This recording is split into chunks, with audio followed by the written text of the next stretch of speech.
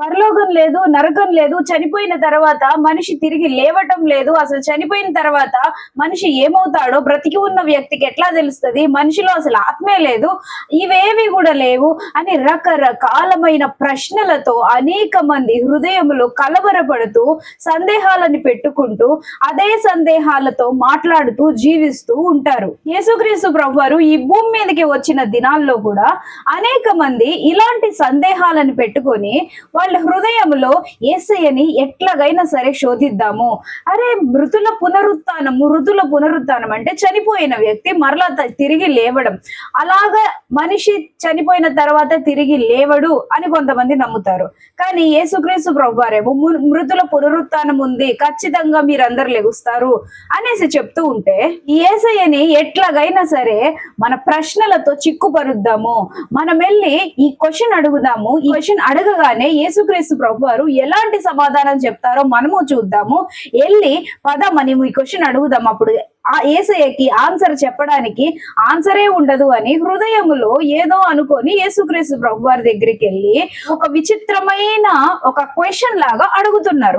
ఏమని అడుగుతున్నారంటే, అయ్యా భార్య భర్తలు ఉన్నారు, అయితే భర్త చనిపోయాడు, భర్త చనిపోయిన తర్వాత భార్య ఒక్కతే ఉంది, ఆ భర్తకి ఒక సహోదరుడు ఉంటే ఆ సహోదరుడు వచ్చి ఈ భార్యని పెళ్లి చేసుకున్నాడు. కొంతకాలం అయిన తర్వాత అతను కూడా చచ్చిపోతాడు, ఆ తర్వాత ఇంకొక వ్యక్తి వచ్చి వివాహం చేసుకుంటాడు, కొంతకాలం తర్వాత ఆ వ్యక్తి చనిపోతాడు. ఇలాగా 7 వ్యక్తులు ఆ స్త్రీని వివాహం చేసుకుంటారు, ఆ 7 చనిపోతారు, ఆ తర్వాత లాస్ట్కి ఆ స్త్రీ కూడా చనిపోతుంది. ఇప్పుడు వాళ్ళు క్వశ్చన్ అడుగుతున్నారు ఏమనంటే, మరి మృతుల పునరుత్థానమందు ఏంటంట, మృతుల పునరుత్థానమందు ఈ స్త్రీ ఈ 7 ఎవరికి భార్య అవుతుంది, నువ్వు చెప్పు, ఆన్సర్ చెప్పు అని అడుగుతున్నారు. ఎట్లాగండి మీరు చెప్పండి, ఈ క్వశ్చన్కి ఆన్సర్ చెప్పండి. ఈ స్త్రీ ఈ 7 పురుషుల్లో మృతుల పునరుత్థానమందు అంటే చనిపోయి తిరిగి లేచిన తర్వాత ఈ స్త్రీ వీళ్ళలో ఎవరికి భార్య అవుతుంది, వీళ్ళలో ఎవరికి భార్య అవుతుంది? మీరు చెప్పండి, ఈ క్వశ్చన్కి ఆన్సర్ చెప్పండి. చెప్తారా? కమెంట్ సెక్షన్ లో చెప్పండి. వాళ్ళు యేసుక్రీస్తు ప్రభువారిని శోధించేద్దాము అని ఒక డిఫికల్ట్ క్వశ్చన్ అడిగేసి యేసయ్యని ఎట్లాగైనా ఇబ్బంది పరుద్దాము అనేసి వాళ్ళు వచ్చారు. కానీ యేసుక్రీస్తు ప్రభువారు చెప్పే ఆన్సర్ కి వాళ్ళకి మైండ్ బ్లాక్ అయిపోయింది, వాళ్ళకి ఏం చేయాలో తెలియలేదు. యేసయ్య చెప్పారు కదా ఒకే ఒక్క మాట, మీరు లేఖనాలని గాని దేవుని శక్తిని గాని ఎరగకపోవడము వలన పొరబడుచున్నారు. అబ్బా ఏం చెప్పాడు యేసయ్య, ఏమంటున్నాడు? చాలా మంది వాక్యం చదవరండి శ్రద్ధగా, వాక్యములో ఏముందో చాలా మంది గ్రహించుకోలేరు. ఆ గ్రహింపు లేక దేవుడు ఎంత శక్తిమంతుడో, దేవుడు ఎంత గొప్పవాడో అటువంటి గ్రహింపు లేక వారు అనేకమైన ప్రశ్నలను సందేహాలుగా పెట్టుకొని అనేక మంది పొరబడుతూ ఉంటారు. యేసుక్రీస్తు ప్రభువారు చెప్తున్నారు కదా, మృతుల పునరుత్థానమందు పెండ్లికి ఎవరు ఇవ్వబడరు, పెండ్లికి ఇవ్వడము, పెండ్లి చేసుకోవడము ఇట్లాంటివన్నీ కూడా మృతుల పునరుత్థానమందు ఉండవు. వారందరూ కూడా దేవదూతల వలె ఉంటారు. వీళ్ళ క్వశ్చన్ ఏంటి? ఈ స్త్రీ ఈ 7 ఎవరికి భార్య? యేసయ్య అంటున్నారు కదా, అసలు మృతుల పునరుత్థానంలో పెండ్లికి ఇవ్వబడరు. వీళ్ళందరూ కూడా ఎట్లా ఉంటారంటే దేవదూతలను పోలి ఉంటారు. వీరందరూ కూడా ఎట్లా ఉంటారంటే దేవదూతల్లాగా ఉంటారు. మీరు పొరబడుచున్నారయ్యా, వాక్యాన్ని సరిగా అర్థం చేసుకోక, దేవుడి శక్తిని ఎరుగక, లేఖనాలను సరిగ్గా గ్రహించకపోవడం వలన మీరు ఇటువంటి సందేహాలను పెట్టుకొని మీరు పొరబడుచున్నారు అని యేసుక్రీస్తు ప్రభువారు స్పష్టంగా చెప్తున్నారు. ఇంకా యేసుక్రీస్తు ప్రభువారు చాలా క్లియర్ గా ఒక ఎగ్జాంపుల్ ఇచ్చి మరీ చెప్తున్నారు. మోషేతో దేవుడు అగ్ని పొదలో నుండి మాట్లాడతాడు కదా, ఆ పొదను గూర్చిన ఆ భాగములో మృతుల పునరుత్థానం గురించి వ్రాయబడి ఉంది అని యేసుక్రీస్తు ప్రభువారు చదువుతారు. చూడండి, చాలా మంది అనుకుంటారు గబగబా వెళ్ళి చదివేసి, ఎక్కడుంది మృతుల పునరుత్థానము, ఆ భాగంలో ఎక్కడ, మాకు ఎగ్జాక్ట్ వర్డ్స్ ఎక్కడ కూడా దొరకలేదే, మనుషులు లెగుస్తారు అని ఆ మీరు చదవండి కావాలంటే, ఆ భాగములో మనుషులు లెగుస్తారు, చనిపోయిన వ్యక్తి తిరిగి లెగుస్తాడు అని ఎగ్జాక్ట్ గా ఎక్కడ కూడా వ్రాయబడి ఉండలేదు కదా.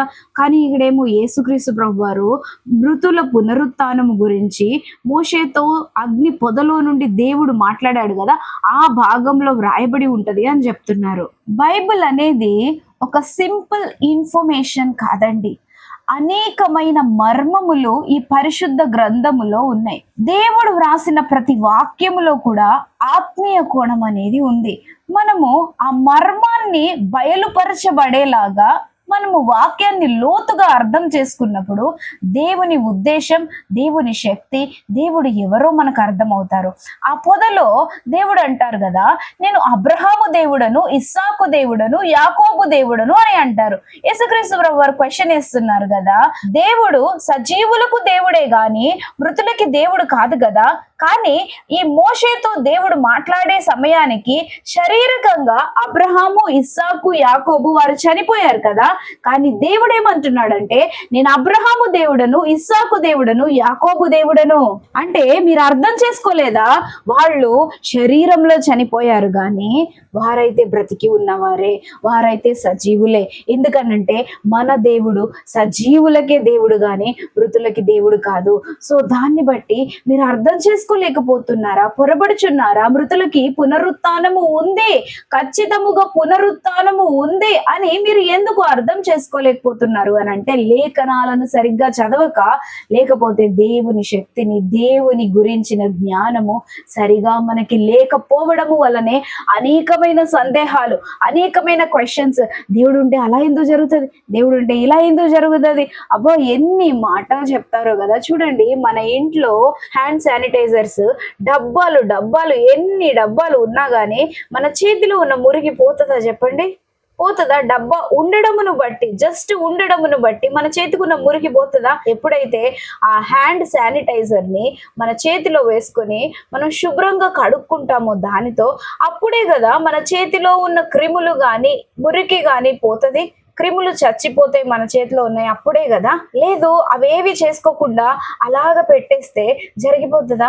నీకు అన్యాయం జరుగుతుంది అని అంటున్నావు. నీకు న్యాయం ఎప్పుడు జరుగుతుంది అంటే, నువ్వు న్యాయస్థానం ముందుకు వెళ్ళాలి కదా. దేవుడు న్యాయాధిపతి కాబట్టి నీవు దేవుని దగ్గరికి వెళ్ళాలి కదా, అప్పుడే న్యాయం జరుగుతుంది.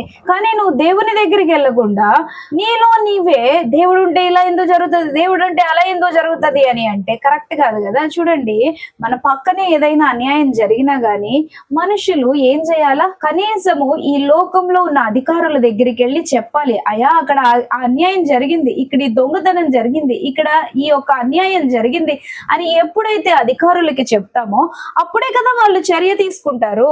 నువ్వు దేవుడికి ఎందుకు చెప్పు నాకు ఈ అన్యాయం జరిగిందని? చెప్పకుండా దేవుడు ఉంటే ఈ అన్యాయం ఎందుకు జరుగుతుంది అని అంటే అది కరెక్ట్ కాదు కదా. సహోదరి, ఇటువంటి సందేహాలు ఎన్ని నీ హృదయంలో పెట్టుకొని నువ్వు దేవునికి దూరమైపోతున్నావో నాకు తెలియదు, కానీ దేవుని రాకడ అతి సమీపముగా ఉంది. నువ్వు ఏమి కూడా ఆలోచన చేయకుండా నువ్వు త్వరగా దేవుని వైపుకి తిరిగి దేవుని సన్నిధిలో నీ సందేహాలన్నిటినీ కూడా పక్కన పెట్టేసి దేవుని కోసం బ్రతుకు, దేవుని కోసం జీవించు. దేవుడు నిన్ను లేవనెత్తుతాడు. ఇదిగో దేవుని రాకడ అతి సమీపముగా ఉంది. పరలోక రాజ్యం ఉంది, నరకము ఉంది. ఖచ్చితముగా ఎవరైతే యేసు రక్తంలో కడుగబడి వారి పాపములను కడుగుకుంటారో వారే యేసు రాకడలో లేవనెత్తబడతారు, వారే పరలోకం చేర్చబడతారు. ఏదో ఊరికి నేను మందిరానికి వెళ్తున్నాను కదా, ఊరికి నేను అది చేసిన ఇది చేసిన, నేను చిన్నప్పటి నుండి క్రిస్టియన్నే, పుట్టుకతో క్రిస్టియన్నే, ఇవేవి సరిపోవు. ఏ వ్యక్తి అయితే బాప్తిస్మం పొందుకొని దేవుని సన్నిధిలో ఆయన పరిశుద్ధ రక్తము చేత తన పాపములను కడుక్కొని పరిశుద్ధుడుగా మారుతాడో వాళ్లే కదా పరలోక రాజ్యం చేరుతాడు. నా ఆత్మ లేనివాడు నా వాడు కాదు అని అంటున్నాడు. పరిశుద్ధాత్మ దేవునితో నింపబడ్డావా? పరిశుద్ధాత్మ దేవుని కలిగి ఉన్నావా? దేవుని సన్నిధిలో ముందుకు వెళ్తున్నావా?